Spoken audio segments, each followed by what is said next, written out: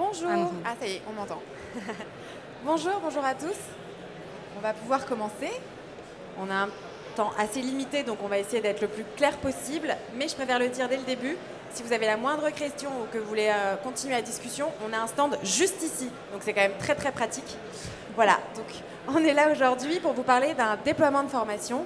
Peut-être quelque chose qu'on n'a pas précisé, c'est que nous on travaille chez AXA Climate School. AXA Climate, on pourra en discuter après parce qu'il y a plein de choses à dire, mais on est une filiale indépendante d'AXA qui est tournée vers l'externe et on est dédié aux enjeux environnementaux. Donc nous, notre ambition, c'est vraiment d'accélérer la transition environnementale des entreprises au travers de plein de services, dont la formation, service dans lequel on travaille avec Victoire du coup. Et donc aujourd'hui, l'idée, c'est de vous présenter un cas pratique de réussite de déploiement de formation pour un grand groupe avec plusieurs filiales qui ont chacune leur singularité. Et donc c'est comment on arrive à garder un socle commun de compréhension justement sur les enjeux environnementaux tout en s'adaptant à la singularité de chaque entité. Donc c'est vraiment ce qu'on va essayer de faire. Et donc pour ça, je vous présente Victoire. Est-ce que tu peux peut-être du coup te présenter et expliquer en amont le cas pratique qu'on va voir ensemble? Oui.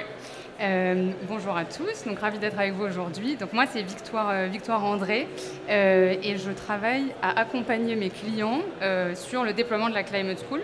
Donc moi je travaille sur les marchés germanophones et néerlandophones. Ça va le son? Ouais. Et donc accompagner nos clients en fait ça veut dire trois choses. Donc on s'est dit qu'on allait les définir en amont pour que vous compreniez mieux le cas qui arrive après. Donc la première étape, c'est évidemment la partie technique. Nous, on a des contenus de formation super dynamiques. Et la question, c'est comment on fait pour que ça arrive sur vos LMS, Learning Management System, ou que ça reste sur notre plateforme. Vous pouvez aussi avoir un accès sur notre plateforme et que ça donne envie aux gens d'aller cliquer. Donc ça, c'est la première partie. La deuxième partie, c'est la question du contenu. Mel, est-ce que tu... Ah, pardon. Donc vous voyez, c'est un catalogue qui est relativement riche. Si vous travaillez en RH, vous savez aussi que personne n'a envie de regarder 30 heures de contenu d'affilée sur les sujets de transition, même les écolos. Et donc la question qu'on se pose avec nos clients, c'est à qui on pousse quoi comme contenu, combien de temps ça doit durer et avec quelle stratégie de communication autour. Et donc ça, c'est le troisième pilier. On organise avec nos clients, donc chaque account manager, un workshop de communication et d'animation. Et donc on se pose ensemble d'1 à 3 heures pour vous aider à avoir une stratégie de communication sur 2 ans qui soit claire et qui permette d'engager les gens autour de cette formation. Voilà pour moi. Peut-être juste pour un peu préciser, mais ici on est vraiment sur du contenu de formation. L'idée c'est qu'on a monté une plateforme avec du contenu de formation. On est là pour vous aider à enrichir des parcours peut-être déjà existants ou alors partir de zéro sur les enjeux environnementaux. Et donc l'idée c'est vraiment de faire du pick and choose et de créer des parcours qui vous parlent, qui répondent à vos besoins et à vos objectifs. Donc là, on a la partie comprendre. Je vous le fais en 2 secondes, mais pour que vous ayez bien en tête ce qu'on fait.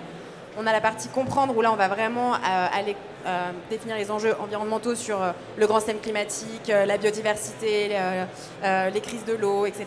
Et on a la partie agir à 3 niveaux, en tant que citoyen, au niveau entreprise, donc là, avec vraiment un angle stratégique, comme comment s'adapter à un climat déréglé quand on a une entreprise. Enfin, voilà, il y a plein de sujets comme ça, transition bas carbone, qu'on a co-créé avec l'ADEME par exemple. Et le troisième volet qui est très important chez nos clients, c'est vraiment la partie métier, c'est-à-dire comment on s'adapte au niveau de nos métiers, comment on impacte, comment on agit. Et donc donner les moyens à vos collaborateurs de pouvoir agir à leur niveau et donc au niveau des métiers. Très important. Donc merci Victor. Peut-être pour rentrer dans le cas pratique, est-ce que tu peux nous expliquer un petit peu comment le projet s'est lancé avec ton client? Oui. Je rappelle que c'est un client qui est... alors là, c'est un exemple qu'on a, mais là, c'est un client qui a plus de 30 000 collaborateurs. On est sur 150 sites de production, présents dans 160 pays. Donc, on a pris un exemple un peu énorme, mais on travaille aussi avec des PME, des ETI. Mais c'était vraiment pour prendre un exemple qui peut parler à beaucoup de gens avec toute la singularité que ça amène, parce qu'une dizaine de marques différentes. Et donc, c'est l'exemple qu'on a voulu prendre. Oui, et pour compléter ce que Mélanie vient de dire, ce qui est intéressant dans cette entreprise, c'est que donc nous, on parle de marques. C'est un groupe qui possède des marques et dans ces marques, il y a des marques de montres de luxe et aussi des marques de montres plutôt entrée de gamme.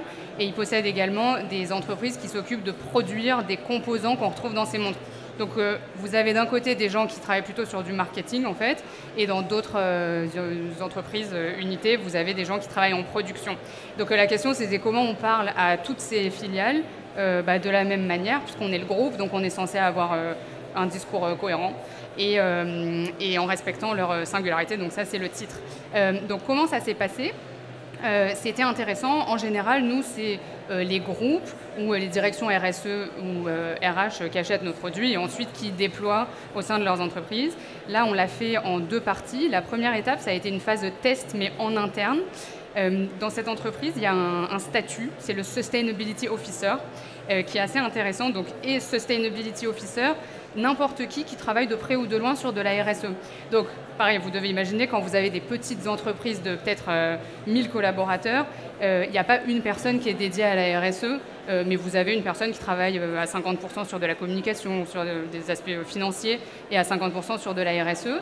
Et par ailleurs, vous avez des grosses boîtes où il y a 10 personnes en RSE qui sont dédiées à ces sujets. Donc, en fait, on a mis tous ces Sustainability Officers autour de la table et on leur a proposé des parcours de formation avec un prisme métier, donc on va en parler dans un instant. Et on a fait ce premier test avec eux pendant 6 mois, tester les contenus et dites-nous si le parcours pour les gens qui travaillent en marketing fait sens ou si on est complètement à côté de la plaque. Donc ça, c'était la première partie. Et ensuite, il y a eu un déploiement global auprès des 35 000 collaborateurs. Et à chaque fois, au début, on a fait un premier cadrage, à qui on parle, combien de temps ont les gens devant eux, quels sujets sont importants. Et on a pu réadapter la formation ensuite. Donc c'est comme ça qu'on a travaillé. Ok, donc on a un parcours en gros qui va parler à tout le monde dans l'entreprise, donc là pour les plus de 30 000 collaborateurs. Et ensuite, en fonction de leurs services et au sein des entités, on est sur des parcours plus spécifiques métiers. Tu parlais des parcours métiers, ça représente quoi exactement? Comment on définit un parcours métier? Ouais. Est-ce que tu peux avancer sur le site? Bien sûr. Donc là, c'est l'exemple, en fait, c'est leur plateforme très concrètement pour que vous puissiez visualiser. Donc, vous voyez, on est passé de notre catalogue à leur plateforme. Donc, ils n'ont pas pris là, on est chez le client. Ici, on est chez le client, exactement. Oui. Et donc, je parlais de parcours métier. Donc, ça, c'est l'introduction dont Mélanie parlait. Le groupe a dit, il faut quand même qu'on envoie un message et qu'on dise, bon, pour nous, groupe dont je ne peux pas citer le nom, c'est important que tout le monde, cette année, soit formé sur les bases du changement climatique. Donc, les gens ont 12 mois pour se former à l'introduction et ensuite on a des parcours par métier. Donc là je vois si je suis Sustainability Officer, si je travaille en Customer Service, si je travaille en Facility Management et on a décidé de zoomer sur le parcours pour les People in Product Development. Donc vous voyez, si je fais partie d'une équipe en Product Development, que je sois dans une entreprise qui fait des montres de luxe ou dans une entreprise qui produit des éléments pour les montres, j'aurai à regarder une introduction sur les bases du changement climatique, c'est quoi, de quoi on parle, un cours sur la question des ressources naturelles, un cours sur l'empreinte carbone et un cours sur l'empreinte écologique et puis un survey que je détaillerai dans un instant. Et donc ça, c'est justement ces contenus qu'on a co-créés avec les clients et qui ont été challengés ensuite par les Sustainability Officers qui nous ont dit, typiquement ici on avait mis un cours sur l'eau au départ et ils nous ont dit, l'eau c'est un sujet hyper intéressant mais on ne peut pas rajouter 1 heure de contenu sur un sujet qui n'est pas aussi primordial, en tout cas actuellement, que la question des ressources naturelles. Ok, merci. Donc peut-être pour préciser au niveau de ces contenus, comme je vous le disais tout à l'heure, on a une plateforme de contenu, on est une sorte de Netflix vert. C'est-à-dire que vous avez plein de contenus différents et l'idée c'est de piocher ces contenus et de créer des parcours. On s'est inspiré très fortement de l'émission C'est pas sorcier. Je ne sais pas si ça vous parle. Nous en tout cas ça nous parlait beaucoup et c'était vraiment le format pour nous qui était le plus parlant pour tout le monde, intergénérationnel et du coup qui pouvait toucher un maximum de gens dans les entreprises. Et donc c'est vraiment le format qu'on a choisi et on a voulu vraiment faire du contenu de qualité. Alors c'est facile à dire, mais ce que je veux dire c'est qu'on a une qualité d'image, on a de la ça fait un peu comme un documentaire, on a des interviews au sein de ces vidéos et donc on sait que notre contenu il est de qualité et on sait qu'il parle. Le plus difficile évidemment c'est le premier clic. Comme sur Netflix, une bonne série, on a beau savoir que c'est une bonne série, si on ne va pas voir le premier épisode, on ne continue pas la série. Et donc c'est comment est-ce qu'on va sur ce premier clic. On sait que c'est l'enjeu de la formation, il est vraiment sur le premier clic. Pour ça, il y a un gros travail à faire avec la communication en interne. Alors quand il y a un service de com, c'est super, on peut travailler avec les services de com. Quand il n'y a pas de service de com, on travaille avec les gens directement sur le projet, que ce soit côté learning, côté RH, côté RSE parfois. Enfin voilà, c'est vraiment comme on travaille avec eux sur cette communication. Donc du coup, Victoire, avec ton client là en l'occurrence, comment ça s'est passé pour justement faire en sorte d'amener ses collaborateurs à ce fameux premier clic où on sait que derrière ça suit? Oui, one click is a click too much. Donc je le disais en introduction, le troisième grand pilier de l'accompagnement humain, c'est la partie communication et engagement. Donc c'est ce fameux workshop, on se met autour de la table, s'il y a des ateliers avec des cartes pour identifier les pratiques qui fonctionnent le mieux chez nos clients. Et donc là, ce qui est intéressant, c'est que le groupe nous a dit tout de suite, il faut impliquer les marques, ce qu'on ne fait pas souvent, et ça a hyper bien fonctionné. Donc on était 40 autour d'une table, il y avait des petits groupes, et qui se disaient, alors moi, ce qui fonctionne chez moi, c'est les mails, on ne fait rien d'autre. Chez moi, c'est les événements en présentiel. Ah ok, donc on va peut-être regarder la Climate School, on va revenir à un peu de présentiel au début, pour que les gens comprennent que c'est un contenu qui est quand même sympa à regarder pour leur donner envie. Donc il y a cet atelier. Nous, ça fait 4-5 ans qu'on existe. Au début, on a lancé le contenu en se disant qu'est-ce qui manque sur le marché, c'est un contenu accessible à tous et qui donne envie. Donc on a fait ça. Et ensuite, on a vu qu'il n'y avait pas de taux de complétion positif. Donc on s'est dit, mince, il faut adapter quelque chose. Et c'est là qu'on s'est rendu compte en même temps que nos clients qu'en fait, s'il n'y avait pas une communication hyper structurée derrière et adaptée à l'entreprise encore une fois, donc pas juste communiquer pour communiquer, et ça ne pouvait pas trop marcher. Et donc du coup, faisant ce constat, on a créé le workshop dont je parlais et un kit de com qui va avec, où on fournit à nos clients plein de templates, de mails, de posts LinkedIn, de PowerPoint pour présenter la Climate School en interne. Et donc avec les filiales en l'occurrence, on est arrivé à une super conclusion qui était que chacun a pu faire son plan de com sur 2 ans. Donc voilà, il y a l'Italie qui me disait qu'eux, ils faisaient donc la filiale italienne, ils font des breakfasts, des petits déjeuners tout le temps thématiques. Et donc, une fois par mois, ils font un Sustainability Breakfast et ils parlent de la Climate School. Donc, ils vont zoomer sur les ressources, sur l'eau, sur le marketing. L'intérêt de revenir à du présentiel, c'est de pouvoir échanger et poser des questions, challenger son management aussi. Donc, quand vous valorisez les gens et que vous leur demandez leur avis, globalement, ils sont contents de contribuer. C'est aussi ce que le groupe allait chercher, une approche bottom-up pour comprendre s'il y a des gens sur le terrain qui peuvent les aider à s'améliorer sur les sujets de durabilité. Et l'autre exemple que je voulais donner, c'était l'exemple de la Belgique, la filiale belge qui revient à du présentiel justement. Petite filiale, 200 collaborateurs. Et donc la Respo RSE me dit qu'elle invite 20 personnes par semaine à faire un visionnage collectif. Et encore une fois, ça permet d'amener de l'échange. Très clair. Donc en gros, si je comprends bien, c'est que même si on est sur du e-learning, et le e-learning c'est super important pour arriver à toucher un maximum de gens. En fait, on a beau faire le présentiel et on le voit avec par exemple la fresque du climat, ça prend du temps, c'est des petits groupes, c'est beaucoup de présentiel du coup, donc c'est vraiment du synchrone, les gens doivent se mobiliser. La même journée, il y a toute une organisation précieuse, mais du coup qui prend du temps.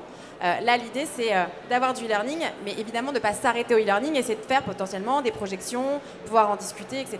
Et on a même créé du contenu dédié à la communication. On n'en a pas parlé ici, mais ça s'appelle Climate Brief et c'est des petites vidéos qui reprennent les codes des réseaux sociaux avec des youtubeurs qui animent ces vidéos. On a aussi du motion design. Et c'est des petites vidéos un peu rigolotes avec un ton humoristique de 3 minutes sur des sujets d'actualité. Par exemple, on entend beaucoup de choses sur la voiture électrique. Concrètement, qu'est-ce qui est vrai, pas vrai. Voilà, c'est reprendre un peu ces sujets-là. Et donc ça fait partie aussi des kits de communication qu'on propose à nos clients. Mais donc l'idée, c'est vraiment d'être un partenaire à part entière et travailler main dans la main pour faire en sorte que cette formation, ce déploiement de formation soit une réussite. On n'est pas juste là pour vous amener des licences de formation, on est vraiment là pour, comment on arrive à générer de l'impact auprès de votre entreprise et d'arriver à accélérer cette transition au sein de votre entreprise.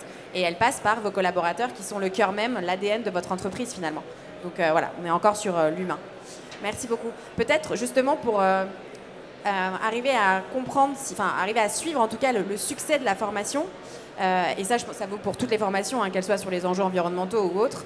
Il y a des KPI en fonction des boîtes.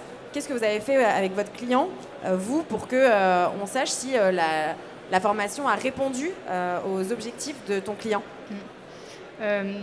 Oui, pour répondre à cette question, il y a une réponse toute simple, c'est les indicateurs quantitatifs traditionnels. Il y a combien de personnes qui se sont connectées, qui ont vu combien de cours, combien de temps, qui ont mis combien d'étoiles à quel cours.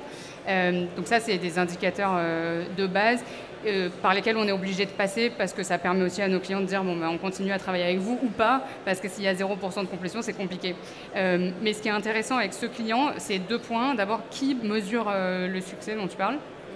Nous, en général, c'est nos clients, donc plutôt les gens qui sont dans les équipes RSE, qui suivent les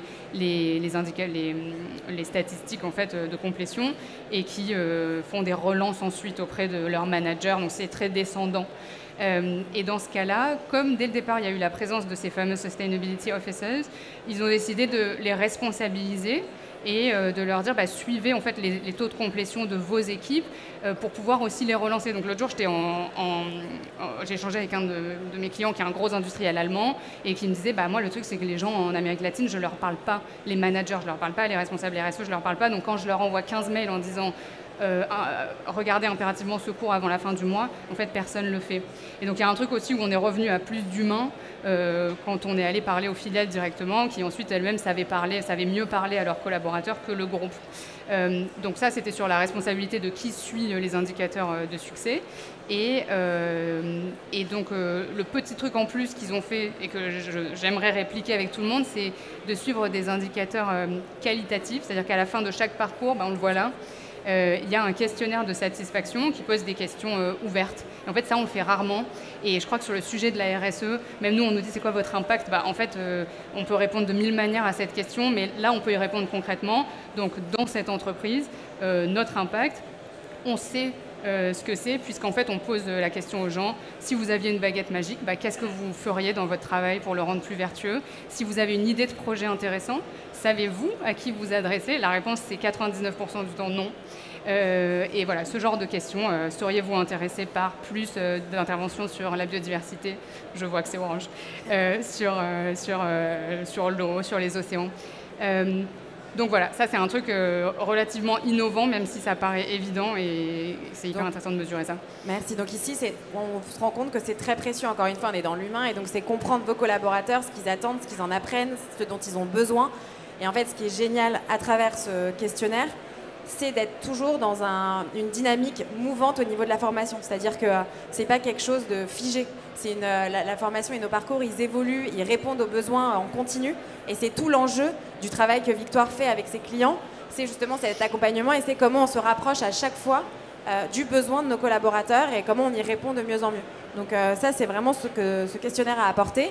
En effet, il n'apparaît pas tout le temps dans les parcours chez nos clients, mais on le pousse parce qu'on pense que c'est super important et hyper qualitatif.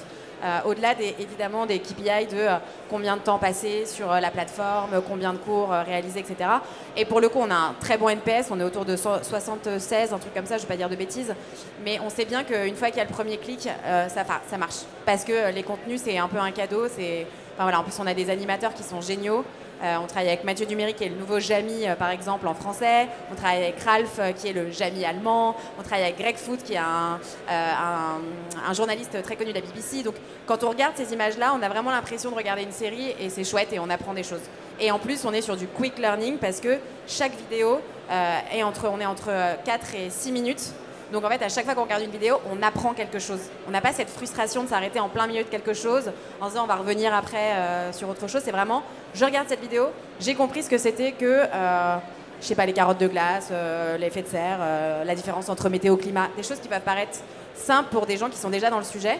Mais en fait, on se rend compte qu'on n'a pas tous les mêmes connaissances, et que si on ne met pas ce socle commun de compréhension, on a beau faire les meilleures formations derrière, beaucoup plus techniques et spécifiques à des métiers. Parfois, il faut peut-être revenir aux fondamentaux. Donc voilà, nous, c'est vraiment ce qu'on essaye d'apporter aux entreprises. Et après, évidemment, on les pousse à faire du contenu plus sur mesure, ou eux qui parlent plus à leur métier, à leur entreprise et à leur secteur, évidemment. Mais voilà, ce socle commun, pour nous, il est fondamental. Et la partie agir au niveau des métiers aussi. Donc, merci beaucoup. Peut-être, on est très rapidement, et je suis désolée pour le temps.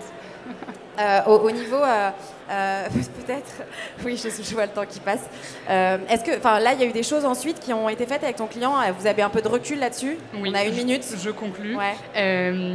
Donc sur la suite, une fois qu'on fait ce lancement, juste pour vous donner l'info également, nous on est persuadés que les bonnes pratiques viennent de chez nos clients. Donc on organise régulièrement des événements pendant lesquels nos clients peuvent se rencontrer, donc dans nos locaux à Grand Boulevard en général, mais on fait aussi de plus gros événements, ou des événements en ligne pour ma part, pour mes clients qui ne sont pas à Paris. Et donc l'idée, c'est de vous permettre de parler avec vos pairs, en fait, pour comprendre en lien avec la formation ou juste sur des sujets RSE plus globalement, ce qui fonctionne, ce qui peut être activé. Et le deuxième élément que je voulais apporter, c'est que, comme l'a précisé Mélanie, notre catalogue, c'est comme une série Netflix qui s'alimente de nouveaux cours régulièrement. Et donc, dans le parcours de formation qu'on propose à nos clients, on vient rajouter des cours de manière régulière. Et donc, on refait un débrief de ce dont les apprenants ont besoin ou pas. Exemple, on va avoir un cours bientôt sur les océans. Et donc, il y a 2 très grandes marques de ce groupe dont on parle qui ont des engagements forts autour des océans.